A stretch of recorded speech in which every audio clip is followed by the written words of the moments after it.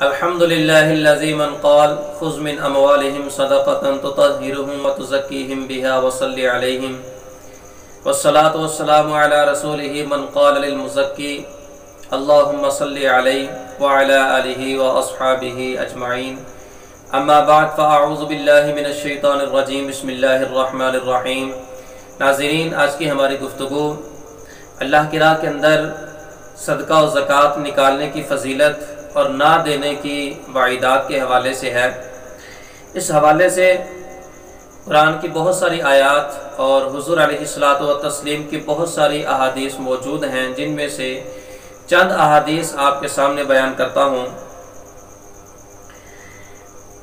اللہ کی راہ کے اندر صدقہ اور زکوٰۃ دینے کی فضیلت کے حوالے سے بخاری اور مسلم شریف کی حدیث حضرت ابو ہریرہ رضی اللہ تعالیٰ عنہ سے روایت، حضور نبی کریم علیہ الصلاۃ والتسلیم نے ارشاد فرمایا، جو شخص کھجور برابر حلال کمائی سے صدقہ کرے اور اللہ قبول نہیں کرتا مگر حلال کو، تو اسے اللہ تعالیٰ دست راست سے قبول فرماتا ہے اور پھر اسے اس کے مالک کے لیے پرورش کرتا ہے، جیسے تم میں کوئی اپنے بچھڑے کی پرورش کرتا ہے، یہاں تک کہ وہ صدقہ پہاڑ برابر ہو جاتا ہے۔ اور دوسری حدیث حضرت ابو ہریرہ رضی اللہ تعالی عنہ، اس حدیث کے راوی ابن ماجہ کی یہ حدیث شریف ہے، رسول اللہ صلی اللہ علیہ وآلہ وسلم نے خطبہ پڑھا اور فرمایا کہ قسم ہے اس کے جس کے ہاتھ میں میری جان ہے،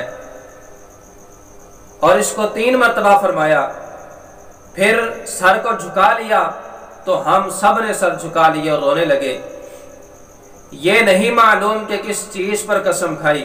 پھر رسول پاک صلی اللہ علیہ وآلہ وسلم نے اپنے سر مبارک کو اٹھایا اور چہرہ اقدس میں خوشی نمایاں تھی، تو ہمیں یہ بات سرخ اونٹوں سے زیادہ پیاری تھی، اور فرمایا کہ جو بندہ 5 نمازیں پڑھتا ہے اور رمضان کے روزے رکھتا ہے اور زکوٰۃ دیتا ہے اور 7 کبیرہ گناہوں سے بچتا ہے، اس کے لیے جنت کے دروازے کھول دیے جاتے ہیں اور اس سے کہا جائے گا کہ سلامتی کے ساتھ داخل ہو جا۔ اور امام احمد نے حضرت انس بن مالک رضی اللہ تعالیٰ عنہ سے روایت کیا کہ رسول اللہ صلی اللہ علیہ وسلم نے فرمایا کہ اپنے مال کی زکوٰۃ دو کہ وہ پاک کرنے والی ہے، تجھے پاک کر دے گی، اور رشتہ داروں سے سلوک کر اور مساکین اور پڑوسی اور سائل کا حق پہچان۔ مزید طبرانی شریف کی حدیث، رسول اللہ صلی اللہ علیہ وسلم نے فرمایا کہ زکوٰۃ اسلام کا پل ہے۔ اور امام بزار نے حضرت علقمہ رضی اللہ تعالی عنہ سے روایت کیا، رسول اللہ صلی اللہ علیہ وسلم نے فرمایا، تمہارے اسلام کا پورا ہونا یہ ہے کہ تم اپنے اموال کی زکوٰۃ ادا کرو۔ تو یوں نبی کریم علیہ الصلاۃ والتسلیم نے زکوٰۃ نکالنے کی احادیث کے اندر ترغیب اور اس کی فضیلت ارشاد فرمائی، جس سے ہمیں یہ درس ملتا ہے کہ جو بھی صاحب نصاب ہے اسے چاہیے کہ اپنے اموال کے اللہ تعالیٰ کی راہ کے اندر زکوٰۃ ادا کرے۔ بصورت دیگر اگر وہ اپنے مال کی زکوٰۃ نہیں نکالتا تو ایسی صورت کے اندر یہ شخص گناہ گار ہوگا اور اللہ تعالیٰ کے عذاب کا حقدار ہوگا۔ چنانچہ رسول پاک صلی اللہ علیہ وسلم کے اس حوالے سے بھی بہت ساری احادیث ہیں۔ صحیح بخاری کے اندر حضرت ابو ہریرہ رضی اللہ تعالیٰ عنہ سے روایت، رسول اللہ صلی اللہ علیہ وسلم نے ارشاد فرمایا کہ جس کو اللہ مال دے اور وہ اس کی زکوٰۃ ادا نہ کرے تو قیامت کے دن وہ مال گنجے سانپ کی صورت کے اندر کر دیا جائے گا، جس کے سر پر 2 چتیاں ہوں گی اور وہ سانپ اس کے گلے میں توق بنا کر ڈال دیا جائے گا، پھر وہ سانپ اس شخص کی باچھیں پکڑے گا اور کہے گا کہ میں تیرا مال ہوں اور میں تیرا خزانہ ہوں۔ اس کے بعد رسول اللہ صلی اللہ علیہ وسلم نے اس آیت کریمہ کی تلاوت فرمائی، وَلَا يَحْسَبَنَّ الَّذِينَ يَبْخَلُونَ، اور اسی طرح امام ترمذی نے بھی اس حدیث کو روایت کیا۔ اور امام احمد بن حنبل رضی اللہ تعالیٰ عنہ نے حضرت ابو ہریرہ رضی اللہ تعالیٰ عنہ سے یوں روایت کی ہے کہ جس مال کی زکوٰۃ نہیں دی گئی قیامت کے دن وہ مال گنجا سانپ ہوگا، مالک کو دوڑائے گا، وہ بھاگے گا یہاں تک کہ اپنی انگلیاں اس کے منہ میں ڈال دے گا۔ اور امام شافعی رضی اللہ تعالی عنہ نے ام المؤمنین حضرت عائشہ صدیقہ رضی اللہ تعالی عنہا سے روایت کیا کہ رسول اللہ صلی اللہ علیہ وسلم نے ارشاد فرمایا کہ زکوٰۃ کسی مال میں نہ ملے گی مگر اسے ہلاک کر دے گی۔ اسی طرح امام طبرانی نے حضرت بریدہ رضی اللہ تعالیٰ عنہ سے روایت کیا کہ رسول اللہ صلی اللہ علیہ وسلم نے ارشاد فرمایا کہ جو قوم زکوٰۃ نہ دے گی اللہ تعالیٰ اسے قحط کے اندر مبتلا کر دے گا۔ اور امام طبرانی نے فاروق اعظم رضی اللہ تعالیٰ عنہ سے روایت کی ہے رسول اللہ صلی اللہ علیہ وسلم نے فرمایا کہ خشکی اور تری کے اندر جو مال تلف ہوتا ہے، ضائع ہوتا ہے، وہ اس کی زکوٰۃ نہ دینے کی وجہ سے ہوتا ہے۔ اسی طرح امام طبرانی نے حضرت انس رضی اللہ تعالیٰ عنہ سے روایت کی کہ رسول اللہ صلی اللہ علیہ وآلہ وسلم فرماتے ہیں کہ قیامت کے دن امراء کے لیے محتاجوں کے ہاتھوں خرابی ہوگی۔ محتاج عرض کریں گے کہ یا اللہ ہمارے حقوق جو تم نے ان پر فرض کیے تھے انہوں نے ظلم نہ دیے۔ اللہ فرمائے گا مجھے قسم ہے اپنی عزت و جلال کی، میں تمہیں اپنا قرب عطا کروں گا اور انہیں اپنے قرب سے دور رکھوں گا۔ الامان والحفیظ، ان احادیث سے معلوم یہ ہوا کہ زکوٰۃ نہ دینے کی دنیا کے اندر بھی ہلاکت ہے اور اس کی تباہی ہے اور اس کی وجہ سے بے برکتی ہے، اور آخرت کے اندر بھی اللہ تعالیٰ کے عذاب کو اور اس کی ناراضی کو مول لینا ہے۔ اللہ تعالیٰ ہمیں اپنے اموال کی زکوٰۃ دینے کی توفیق عطا فرمائے اور اپنی نافرمانی سے محفوظ فرمائے۔ ابھی انشاءاللہ العزیز میں آپ کے سامنے کچھ نفلی صدقہ کے حوالے سے، یعنی یہ تو وہ خاص احادیث تھیں کہ جو زکوٰۃ کے بارے میں تھیں، لیکن اگر کسی شخص کے اوپر زکوٰۃ فرض نہیں ہے تو اس کا مطلب یہ نہیں کہ وہ اللہ تعالیٰ کی راہ کے اندر خیرات نہیں کر سکتا یا اسے اجازت نہیں ہے یا اس کے لیے اللہ کی راہ کے اندر خیرات کرنا جو ہے وہ بلا فائدہ ہے۔ نہیں، ایسی کوئی بات نہیں، بلکہ ہر شخص کو چاہیے کہ وہ چاہے تونگری کی حالت کے اندر ہو، چاہے تنگ دستی کی حالت کے اندر ہو، اللہ تعالیٰ کی راہ کے اندر خیرات کرتا رہے، اور جو اس کی برکتیں اور فضیلتیں ہیں اور اللہ تعالیٰ کے انعامات ہیں اس کا حقدار ٹھہرتا رہے۔ چنانچہ اس حوالے سے بھی نبی کریم علیہ الصلاۃ والتسلیم کی بہت ساری احادیث موجود ہیں۔ چند ایک احادیث اور ایک دو مشہور روایات آپ کے سامنے بیان کرتا ہوں۔ چنانچہ حضرت عقبہ بن عامر رضی اللہ تعالیٰ عنہ سے روایت، رسول اللہ صلی اللہ علیہ وآلہ وسلم نے فرمایا کہ بے شک صدقہ کرنے والوں کو صدقہ قبر کی گرمی سے بچاتا ہے، اور بلا شبہ مسلمان قیامت کے دن اپنے صدقے کے سائے میں ہوگا۔ اس حدیث کو شعب الایمان باب الزکوٰۃ کے اندر نقل کیا۔ اور ایک اور حدیث کے اندر تھے میمونہ بنت سعد رضی اللہ تعالی عنہا سے روایت، آپ نے عرض کی یا رسول اللہ صلی اللہ علیہ وسلم صدقہ کے بارے میں ہماری رہنمائی فرمائی۔ فرمایا کہ جو اللہ تعالیٰ کی رضا کی خاطر صدقہ کرے وہ صدقہ اس کے اور آگ کے درمیان پردہ بن جاتا ہے۔ اسی طرح صدقہ کی فضیلت کے حوالے سے علماء نے ایک بہت بڑی اور بہت پیاری حکایت کو نقل کیا ہے، جس کو نزہۃ المجالس کے اندر نقل کیا گیا۔ حضرت عیسیٰ علیہ السلام کے زمانے کے اندر ایک دھوبی تھا جو لوگوں کے کپڑے آپس کے اندر تبدیل کر دیتا۔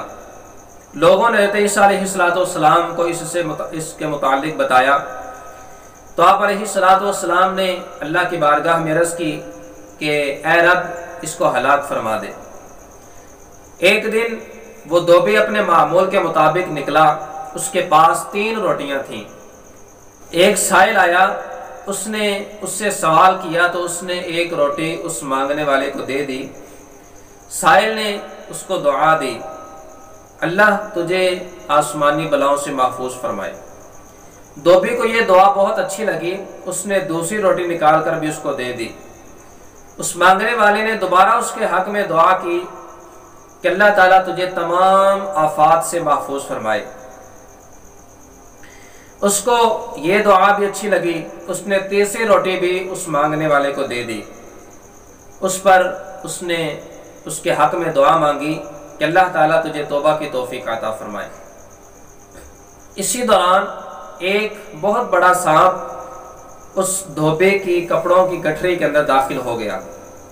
جب دھوبی کپڑے لینے کا ارادہ کیا تو اس سانپ نے اس دھوبی کو ڈنک مارنا چاہا، ایک فرشتے نے اسی لمحے کے اندر اس سانپ کو لوہے کی لگام ڈال دی اور دھوبی سلامتی کے ساتھ گھر واپس آ گیا۔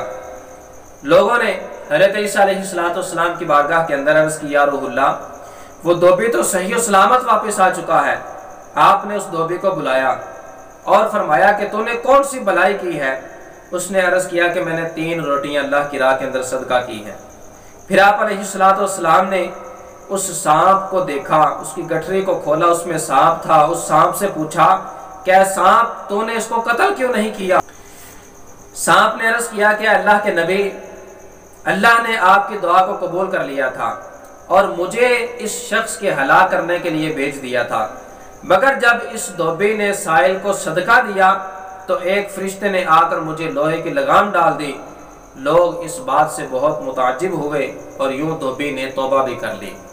تو اس حکایت سے ہمیں معلوم ہوا کہ اللہ تعالیٰ کی راہ کے اندر انسان صدقہ کرتا ہے تو اپنے آپ کو محفوظ کر لیتا ہے، جیسا کہ نبی کریم علیہ الصلوۃ والتسلیم کی حدیث مبارکہ بھی ہے، فرمایا کہ صدقہ برائی کے 70 دروازے بند کر دیتا ہے۔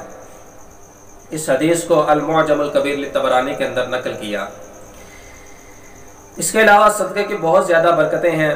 مزید 1-2 حدیث آپ کے سامنے رکھتا ہوں۔ حضرت انس بن مالک رضی اللہ تعالی عنہ سے روایت، فرمایا کہ رسول اللہ صلی اللہ علیہ وآلہ وسلم نے فرمایا کہ صبح سویرے صدقہ دو کہ بلا صدقہ سے آگے قدم نہیں بڑھاتی، اور جس بندے نے صدقہ دیا ہے اس کے لیے بھی حفاظت ہے، اور جس کی طرف سے صدقہ دیا جائے اس کے لیے بھی حفاظت ہو جاتی ہے بلاؤں سے۔